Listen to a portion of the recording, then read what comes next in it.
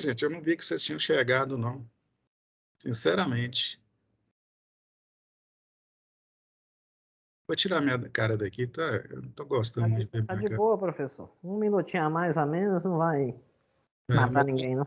nós só temos aula de fato mesmo hoje e na próxima semana.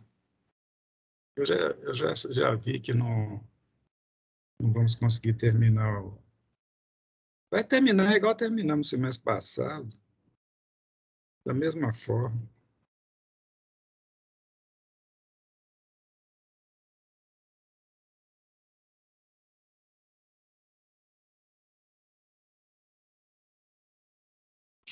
Apareceu aí, né? Bem, Sim, apareceu. eu vou só dar uma geral aqui, que é o seguinte, nós temos para terminar o programa, esse assunto aí, e os dois retificadores é, controlados, o trifásico de meia onda controlado e o trifásico de onda completa controlado. Normalmente a gente dá esses dois certificadores, quando a gente está lá no presencial, a gente usa as 4 semanas para dar, porque a gente dá detalhe por detalhe, dá os cálculos, etc, etc. No remoto não tem como fazer isso, né?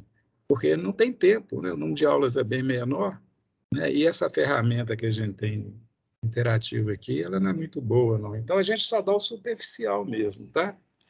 Beleza?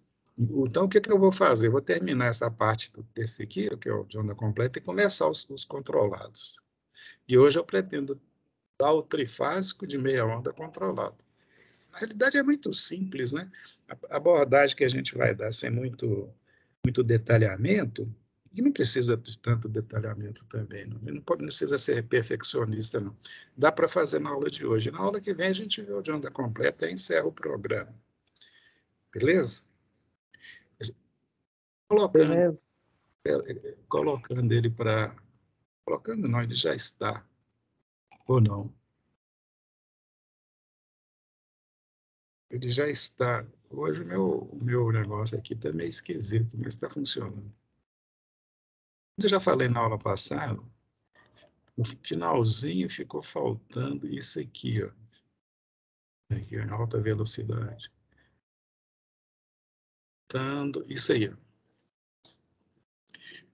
Que está lá, como eu já disse, não sei nem quantas mil vezes, né, bem explicadinho, detalhadinho na apostila. Se vocês lerem, se alguém já leu, vai concordar comigo. Então, vamos aos cálculos. E também vou mostrar por alto aqui. E usando o mesmo recurso, o mesmo tipo de processo que fizemos para todos os casos anteriores. Então, veja bem, lembrando aí, ó, o retificador que nós estamos vendo, primeiro, é o trifásico de onda completa. Segundo, o trifásico de onda completa, ele tem, durante um período, 6 ondinhas, né? 6 ondulações, ou 6 calotas, conforme algumas pessoas dizem. E cada calota tem a duração de 60 graus.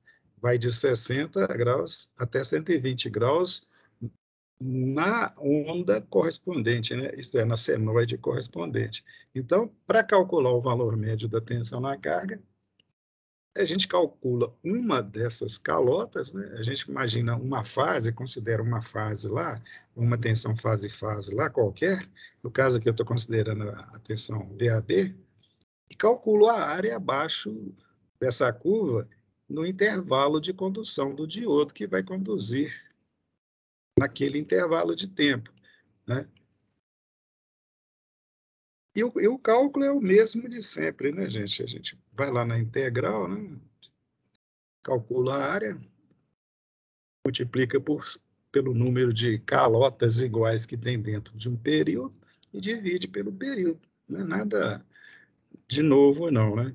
Como a senoide que eu estou considerando aqui, ó, é o VAB, mas podia ser o VBC, qualquer senoide daquelas 6 lá que são responsáveis pelas seis ondas.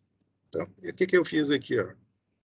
Eu estou integrando de π sobre 3, que no caso é o primeiro ponto aqui, ó, dela, né, que é 60 graus, ou π sobre 3, e integro até 120 graus, né, ou 2π sobre 3. Né? essa senoide VAB máximo, seno de ômega t de ômega t. Multiplica o resultado por 6 e divide pelo período. A montagem dessa integral aí é essa que tem aí. Igual fizemos para os outros casos lá. Integral de seno é menos cosseno, então representa dessa forma, né? Como a integral definida, eu vou calcular a área entre π sobre 3, ou 60 graus, até 2π sobre 3, ou 120. Não é isso? Bem, a vantagem é que eu não preciso fazer isso, porque já está resolvido.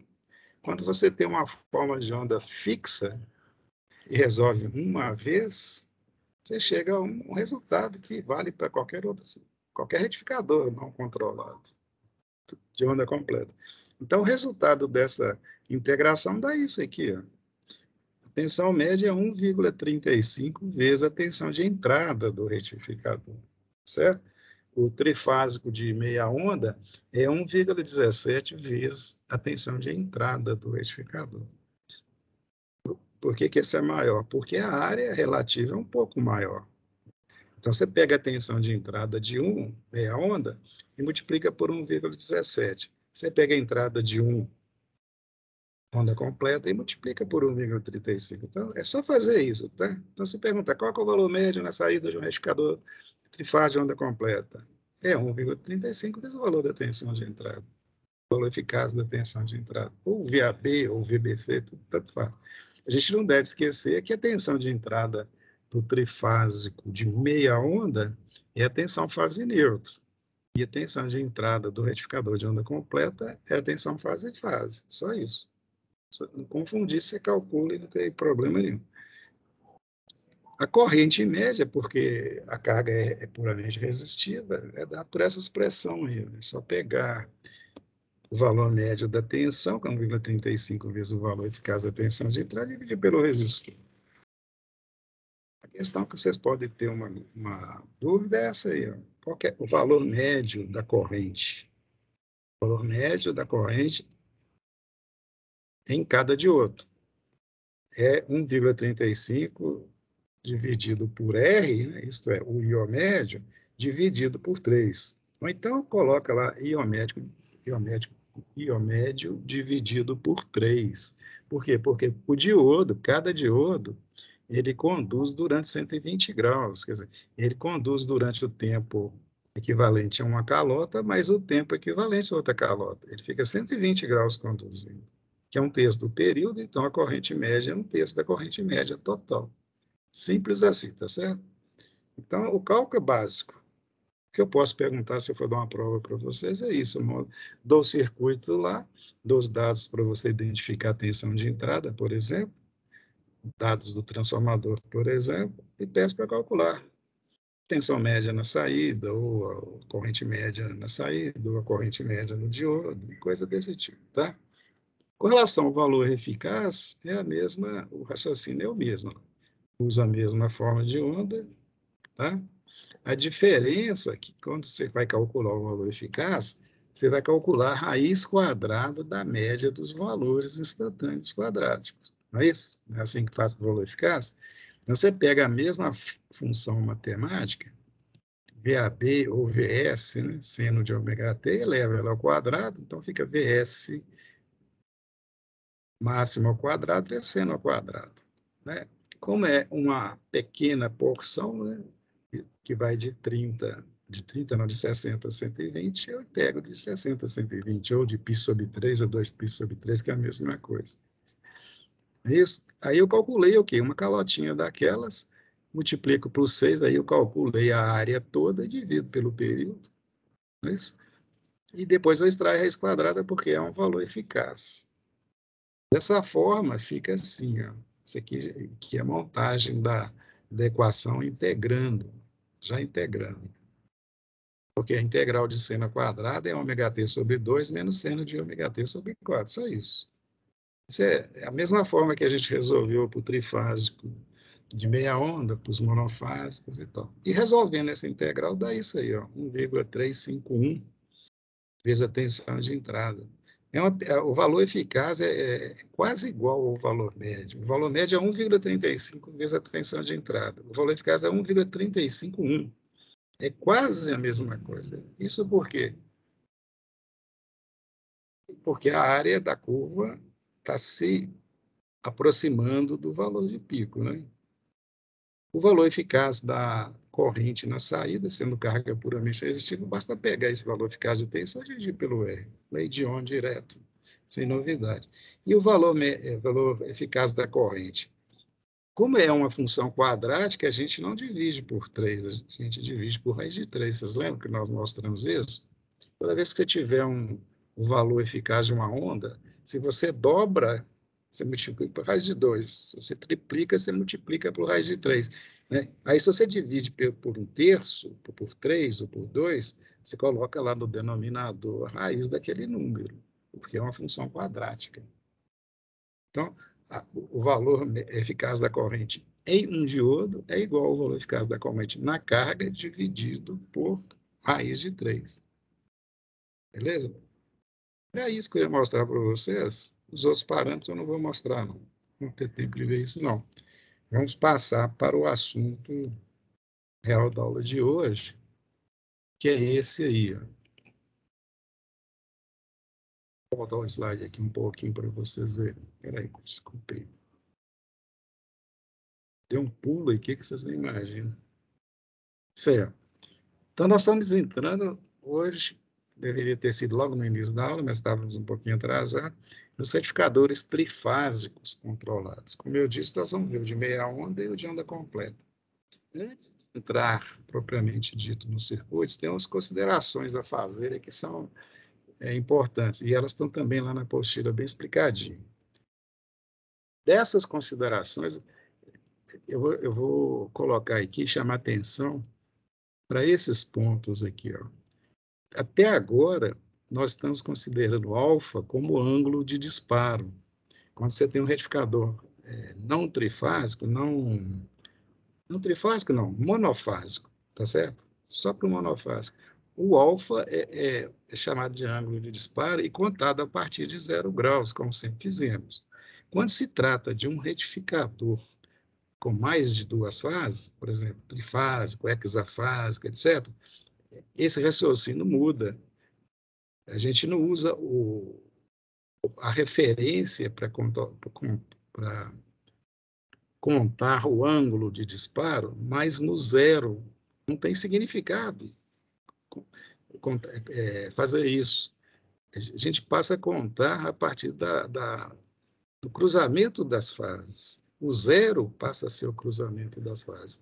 Então, o alfa, lá na fórmula que a gente vai utilizar para calcular o valor médio, ou o valor eficaz, é a partir do cruzamento das fases. Certo? Eu vou mostrar isso no circuito que vocês vão entender o porquê. Essas considerações aqui, não vou falar sobre elas, não. Vamos dar mais rápido um pouquinho. Bem, gente, nós temos aí ó, o retificador trifásico. Com esse circuito, eu explico tudo que eu já ia explicar com aquelas considerações lá, fica mais fácil. Então, veja bem, eu tenho aqui 3 tiristuas nos lugares dos 3 diodos.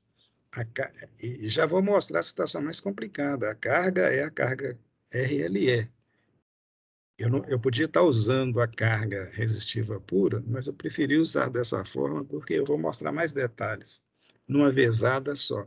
Eu não vou ter tempo de fazer usando a carga resistiva e depois colocar o RLE. Entendeu? O ideal era fazer assim, de uma forma crescente, mas como não tem tempo, eu até tirei as animações aqui para a gente ganhar mais tempo. Então, vamos lá. Observe um detalhe aqui. Nesse quadrinho aqui, ó, eu coloquei o ângulo θ igual a 30 graus e o alfa igual a 60. Alfa é o ângulo de disparo. A gente sempre chama alfa de ângulo de disparo, tá? Só que, no caso, como eu disse, dos retificadores trifásicos, você não conta o alfa a partir do 0 graus. Você conta a partir do cruzamento. Tanto faz se o retificador de meia onda ou se o retificador de onda completa. Os cruzamentos são diferentes para esses casos, mas são sempre contados a partir do cruzamento. Sabe por quê? Porque o tiristor ele não dispara antes do cruzamento. Então, não adianta eu contar antes do cruzamento, porque são ângulos mortos. É só a partir do cruzamento que o tiristor pode estar habilitado para disparar. Só depois do cruzamento é que ele fica polarizado diretamente. No retificador monofásico, não. O retificador monofásico, de maneira geral, ele fica polarizado a partir de 0 graus, né? Exceto quando você tem a fonte E, que atrasa um pouquinho isso aí. Vocês lembram da história do alfa 1, do alfa 2, né? Mas quando a gente é, é, coloca digamos, essas normas de considerações, você considera a carga resistiva. Nesse caso, é a partir do cruzamento para os trifásicos e a partir de 0 para os monofásicos. Então, o que eu estou dizendo aqui é o seguinte, ó, o alfa é 60. Então, em 60 graus, a partir do cruzamento das fases, eu vou aplicar um pulso ao tiristor para que ele possa disparar. Ele vai estar polarizado diretamente, eu estou entendendo que ele vai estar polarizado diretamente, aí eu posso aplicar o pulso. Se eu aplicar o pulso antes do cruzamento, ele está polarizado reversamente. Por quê? Porque tinha um tiristor conduzindo e a tensão do tiristor que estava conduzindo era maior que a tensão dele, aí ele fica polarizado reversamente. Vamos ver se dá para entender usando essas formas de onda aqui. Ó. O que nós temos aqui? Nós temos aquele mesmo estudo que a gente fez desde a célula retificadora básica. Coloquei 2 eixos aqui, ó. O eixo para a corrente, né? Então, essa ondinha variável aqui, ó, é aquela forma de onda de corrente. Então, eu plotei aqui nesse eixo e desloquei esse eixo do eixo principal ao valor do E, ou num ponto geométrico aqui equivalente ao valor do E. Da mesma forma que fizemos lá na célula retificadora básica. Por isso que é bom estudar a célula e entender bem a célula retificadora básica, que a gente, a partir dela, a gente estuda os outros retificadores, tá certo? Bem, então, o que nós temos aqui? Ó? O cruzamento está aqui. Ó. Então, esse é o ângulo zero. Veja que antes desse cruzamento, quem estava conduzindo era o diodo, era o tiristor 3, o TH3, porque a fase que estava positiva, mais positiva, ou com valores instantâneos positivos maiores, era a fase C, cara. Pega a fase C aqui, ó. Então, este só estava conduzindo. Ele, quando conduz, ele coloca nesse barramento aqui, ó, a tensão da fase C, como acontece com os diodos. Então, nesse catodo do tiristor aqui, nós temos a tensão da fase C, e no anodo, a tensão da fase A. Enquanto a tensão da fase C for maior que a tensão da fase A, o tiristor TH1 está polarizado reversamente e não adianta aplicar pulso nele, porque não vai disparar. Mas logo após o cruzamento, aqui, ó, veja a seta aqui, ó, logo após o cruzamento, a tensão A fica maior que a tensão C. A tensão C está diminuindo e está aumentando. A partir do cruzamento, A fica maior. Eu posso disparar o tiristor a partir daquele ponto. Então, se eu posso disparar o tiristor a partir daquele ponto, eu conto o alfa, considero o alfa contado a partir desse ponto, entende? Então, se eu vou disparar o tiristor, por exemplo, 60 graus, vai ser 60 graus a partir desse ponto. Né? E observe que esse ponto de cruzamento, que eu estou chamando de θ aqui, ó, equivale a 30 graus. Por isso que eu coloquei aqui, ó, θ é 30 e alfa é 60. Para alfa 60, o ângulo na senoide A é 90. Olha aqui, ó. Está no pico da senoide. Então, esse ângulo de disparo aqui não é 90 graus. Não. Por quê? Porque a referência não é o zero da senoide. Se fosse o zero da senoide, seria, mas não é.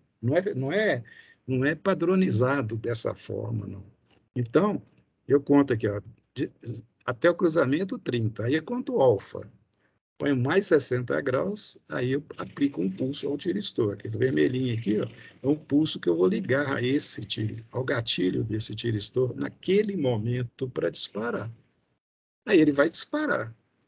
Até então, ele não poderia, porque não tem pulso.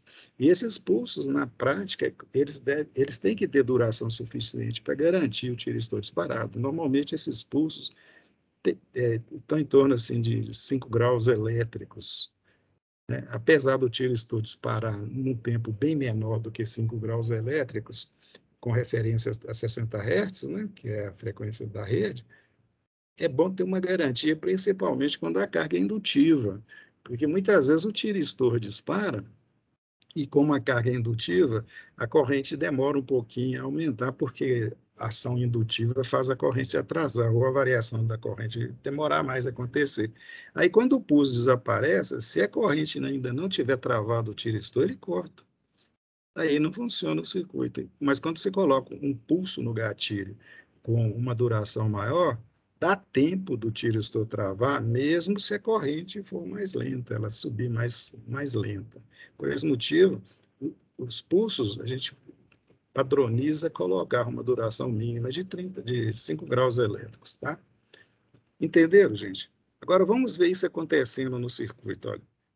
Veja bem, eu vou começar a partir do cruzamento aqui, eu não vou considerar o que estava antes, não. Então, o que vai acontecer? Olha, 0 graus, quando chegar em 60 graus, eu apliquei o pulso no gatilho do tiristor e ele disparou. Quando ele dispara, ele vira um curto e a corrente vai passar por aqui. Ó. Nós vimos lá no circuito com diodo. Funciona dessa forma. E a tensão na saída, entre esse ponto aqui, esse mais e o menos aqui embaixo, é a tensão da fase A em relação ao neutro, que é a senoide A. Não importa o que tinha antes, naquele instante, a tensão na saída adquire o valor instantâneo da tensão A. E vai ficar dessa forma, até ele cortar. Ele poderia cortar quando a tensão da linha A, da fase A, chegar no semiciclo negativo, mas não vai acontecer nesse caso, por quê? Nós já vimos, por causa do efeito da indutância. Devemos considerar que quando um tiristor tiver disparado e os outros estiverem cortados, o circuito funciona como um circuito monofásico ou como uma célula retificadora básica que nós já estudamos. Então, a gente sabe que na hora que o componente dispara, a corrente aumenta, que é seguindo aquele gráfico, aquela forma de onda, né? Ou seguindo aquela equação que originou o ábaco de Pushlovsky. Então, veja bem, a corrente vai aumentando aqui, ó. Depois, quando ela atinge esse ponto de encontro com a senoide, ela passa a diminuir. Vocês lembram por que isso acontece? E vai diminuindo. Quando chega nesse pi aqui, ó, quando a senoide entra no semiciclo negativo, tem corrente ainda circulando do tiristor, né? Ela tende a chegar no zero lá no beta. Só que antes dela chegar no zero, antes de atingir o beta, o que acontece? Aplica-se um outro pulso, esse azul, no segundo tiristor. Aí esse segundo tiristor vai disparar. E ele vai disparar por quê? Porque a onda dele, a B, essa azul aqui, ó, está positiva. E é a maior que tem no circuito. Então, ele entra em condução.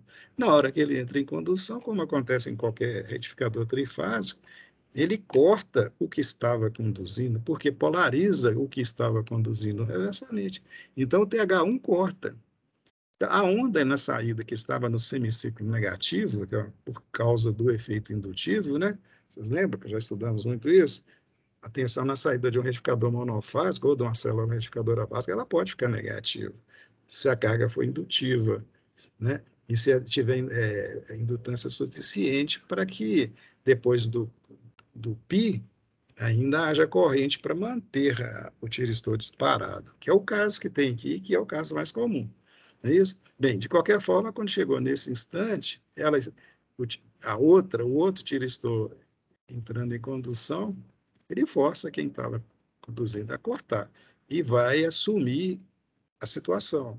Então, a corrente agora vai passar pelo tiristor 2, por esse caminho que eu mostrei aqui, vai ficar circulando. E a tensão na saída vai ser essa aqui. Ó.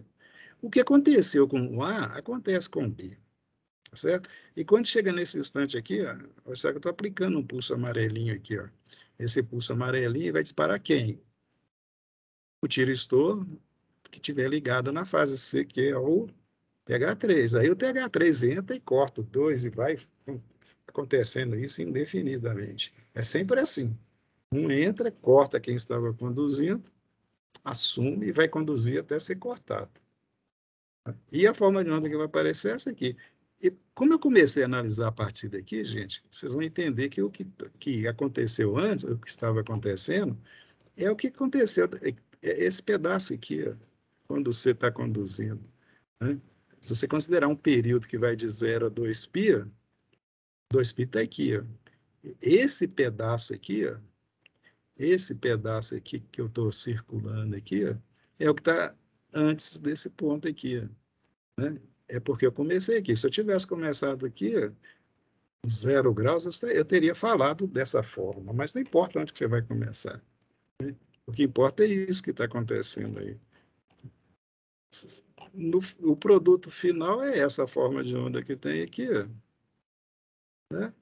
Com a parte negativa, uma corrente que fica variando segundo aquela forma lá do Puch-Lobsky. Se a indutância for muito alta ou a resistência R de carga for muito baixa em relação, essa linha pode ser considerada uma reta, né? Porque a ondulação é pequenininha. Ela sempre existir, mas a gente pode considerar, para efeito de simplificação dos cálculos, uma linha reta.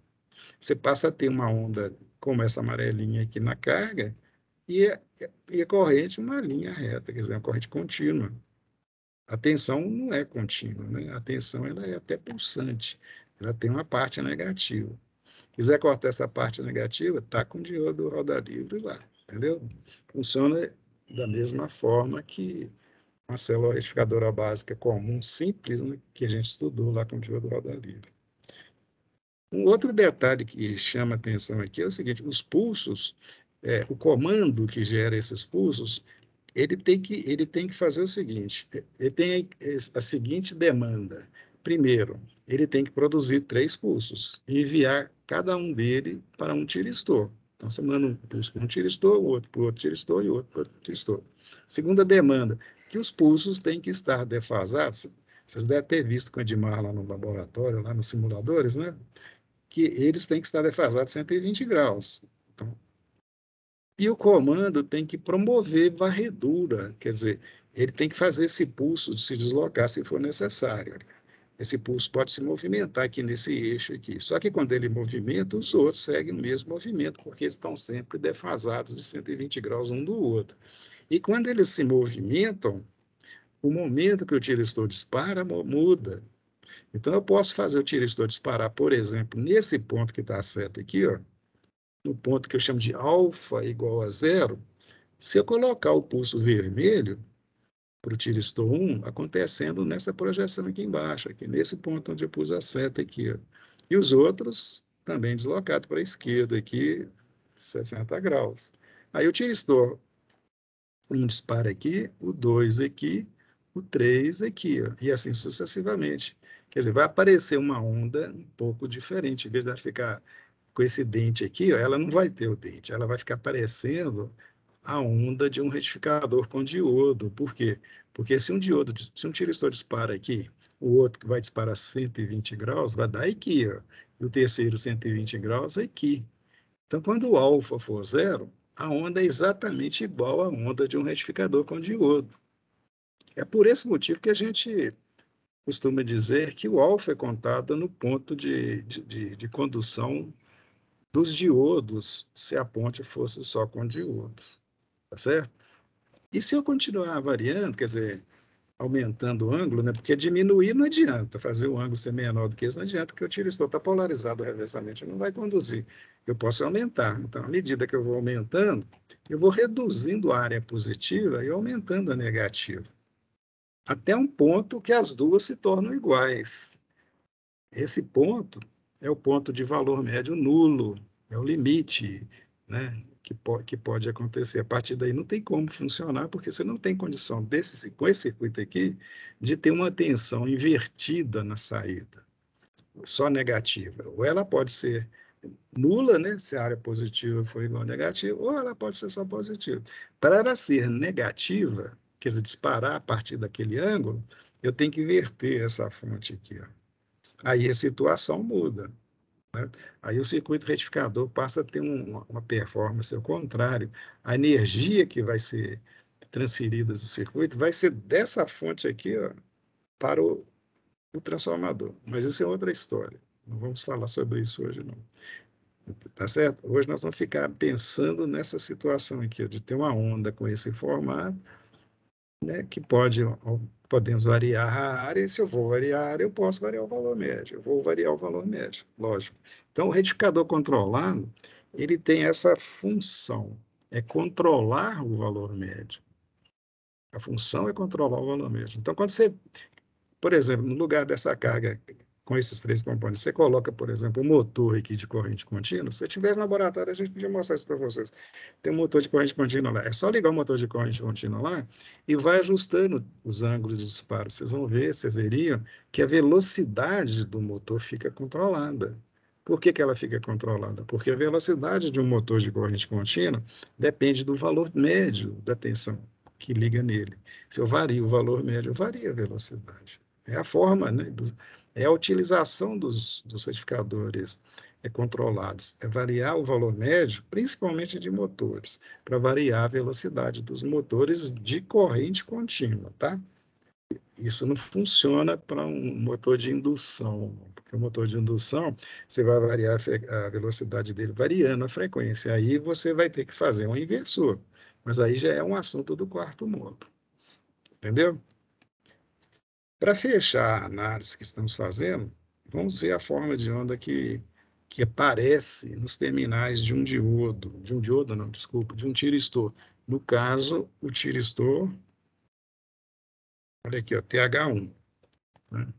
A aula já está acabando, o tempo está passando, meu Deus, tem só 10 minutos. Vou andar mais rápido aqui. Ó. Suponha que eu queira saber qual que é a forma de onda que vai aparecer nos terminais de um tiristor. Por que que eu sempre insisto nisso, né? Qual é a onda que aparece no diodo? Qual que é a onda que aparece no tiristor? Porque quando você está no laboratório, ou quando você for fazer manutenção de um equipamento, que seja qualquer, você vai fazer, você tem em suas mãos dois, dois dispositivos. Um é o multímetro, o outro é o osciloscópio. O multímetro você só pode medir tensão. Você põe um multímetro na tensão para medir a tensão na saída desse certificador, você sabe se está funcionando ou não por causa do valor, mas você não sabe onde que tá o problema. Se você usa um osciloscópio e analisa o comportamento através das formas de onda, você já mata onde que está o defeito. Por isso que é bom a gente acostumar a analisar o circuito usando o osciloscópio, certo? É importante para o técnico fazer isso. Então, considere que eu vou pôr o osciloscópio, o polo vivo dele, né, o X dele, no anodo, e o GND, que é o terra dele, no cátodo, como a gente tem feito. Então, ele vai mostrar a forma de onda em TH1. E o raciocínio para a gente compor essa forma de onda é exatamente o mesmo que nós usamos para o retificador com diodo. Qual que é o raciocínio? Quando o tiristor, ou se for diodo, estiver conduzindo, a tensão é nula. Quando ele não estiver conduzindo, vai aparecer lá, já que ele não está conduzindo, e por isso ele está aberto, ele é um circuito aberto, né? É um circuito aberto, não tem definição, não. O circuito está aberto ali, é como se ele não estivesse ali. Vai aparecer ali o que o circuito estiver jogando ali, né? Aí vai depender do circuito, né? E o circuito sempre vai jogar lá, onde está o osciloscópio, uma tensão, porque o osciloscópio mede e capta a tensão. Então, vai jogar uma tensão. Isso vai jogar ou vai imprimir ali uma diferença de potencial. Essa diferença de potencial vai ser sempre a diferença de potencial da fase A, porque o osciloscópio está ligado ali, em relação à fase do outro tiristor que estiver conduzindo. Ou se fosse diodo, do outro diodo que estiver conduzindo. Não é esse raciocínio que a gente fez lá para o retificador com 3 diodos? É o mesmo aqui. O circuito não muda. O que muda aqui é só que você decide a hora que o componente vai disparar. No caso do diodo, você não decide. Ele vai disparar, vai conduzir sempre a partir do cruzamento. Bem, então vamos lá na forma de onda. Vamos ver isso acontecendo. Nesse intervalo aqui, onde que eu estou pondo a seta, ó, quem vai estar conduzindo? é o tiristor 3. Nós já vimos, porque está ligado na fase C, que tem sido a mais positiva e mantida a condução dele até nesse ponto. Então, se é o TH3, que está na fase C, eu vou ter aqui, ó, lá no GND do osciloscópio, o potencial de C. Do outro lado tem um potencial de A, então vai ser VAC. Eu procuro VAC aqui, ela aqui, ó, e marco ela naquele intervalo, cara. Pimba. Marcando. Então, o tempo vai passando, a onda vai fluindo, né? Quando chega nesse instante, o que, que aconteceu? Liguei um pulso no gatilho do tiristor 1. Aí ele entrou em condução e cortou o outro. E ele entrando em condução, ele ficando conduzindo, fica zero. Então, a tensão instantânea que estava com esse valor, de repente ela cai para esse valor aqui, ó, instantaneamente. E fica zero enquanto ele estiver conduzindo. E ele vai ficar conduzindo até quando? Até o próximo disparar. Porque o próximo disparando corta ele, que vai ser exatamente nesse instante aqui, ó. Aí o próximo, deixa eu ver se eu consigo ajustar isso aqui.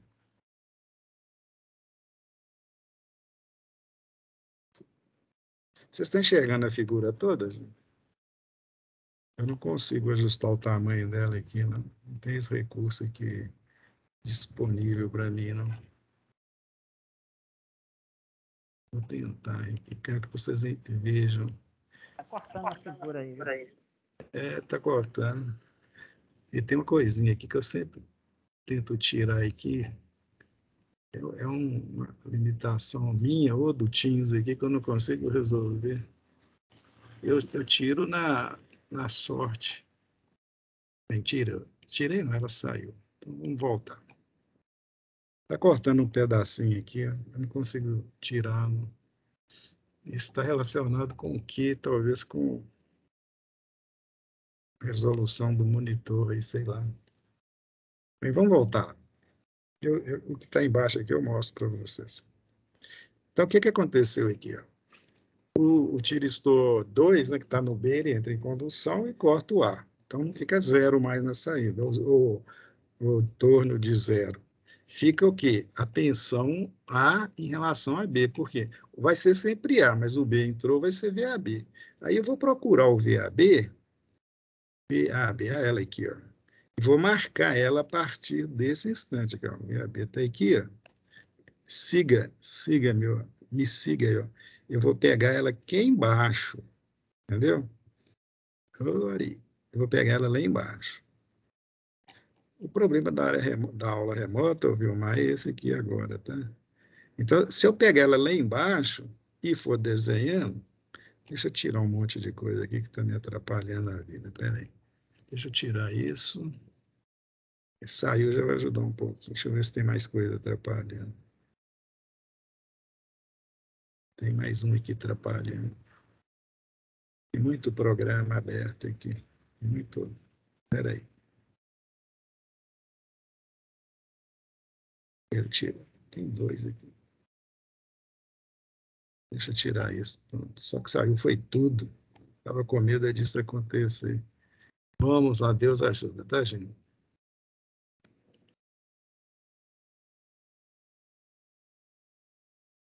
Diz que se você não tiver paciência, você não vai para lugar nenhum. Né?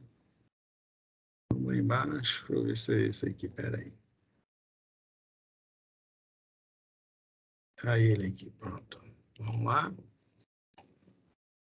Agora melhorou. Foi bom, não foi? Então vamos lá. Nós estamos nesse ponto aqui, ó, que o tiristor B, ou TH3, né?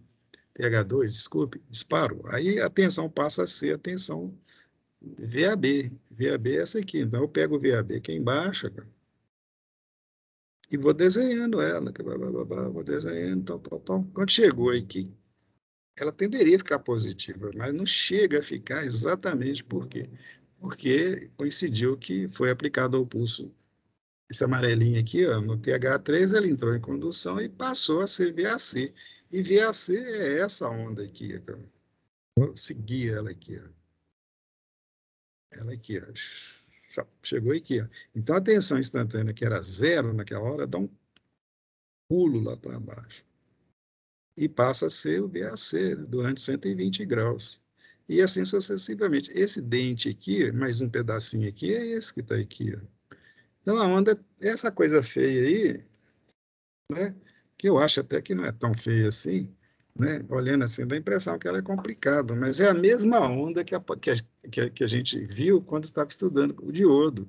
A diferença é que o diodo, a troca de diodo, né, acontece aqui, nesse ponto que eu pus a seta aqui embaixo. Aí, em vez dela ir até lá no zero e dar um pulo, ela seguiria aqui, ó, daria uma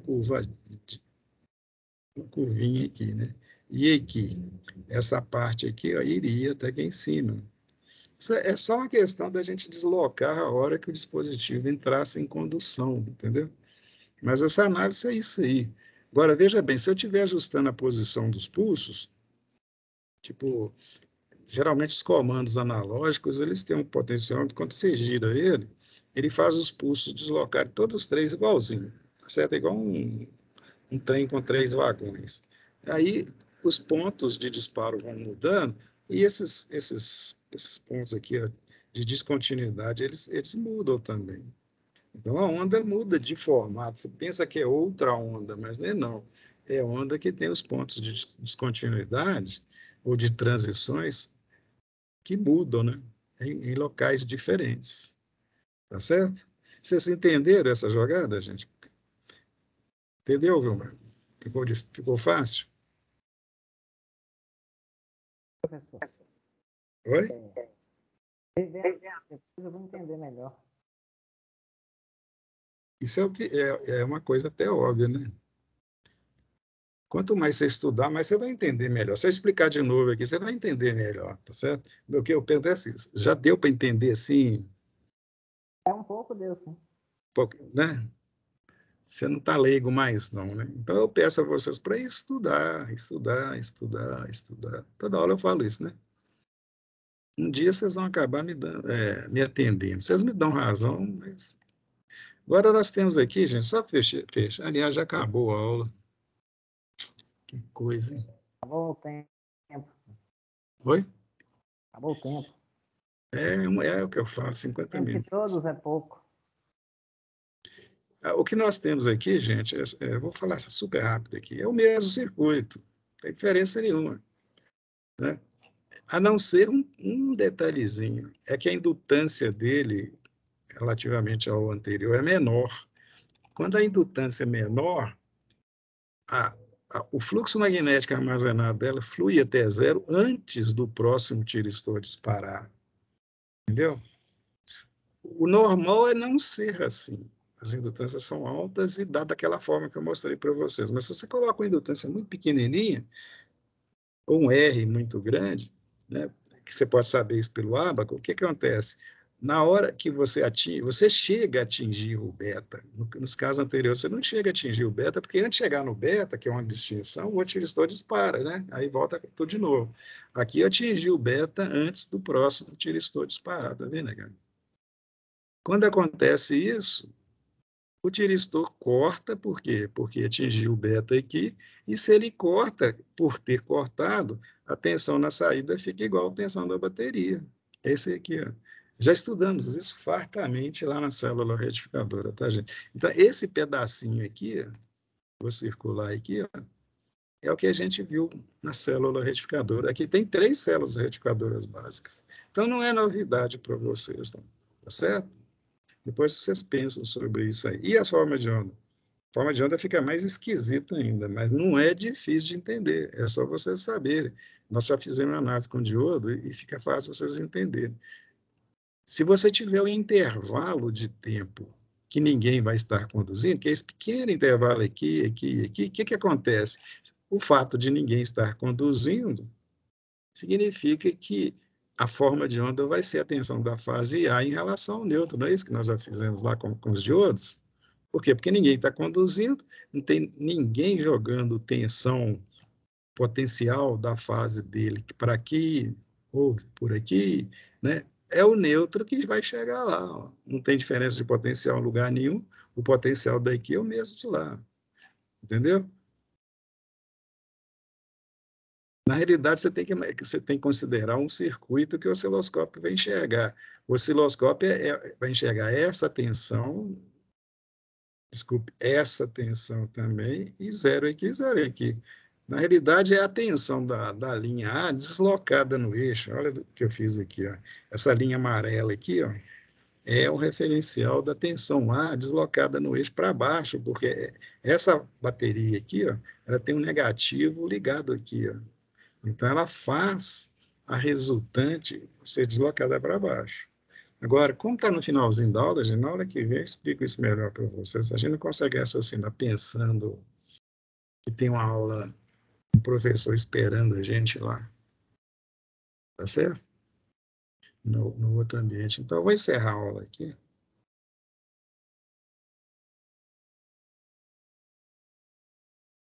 Boa Encerrar. noite, professor. Bom fim de semana.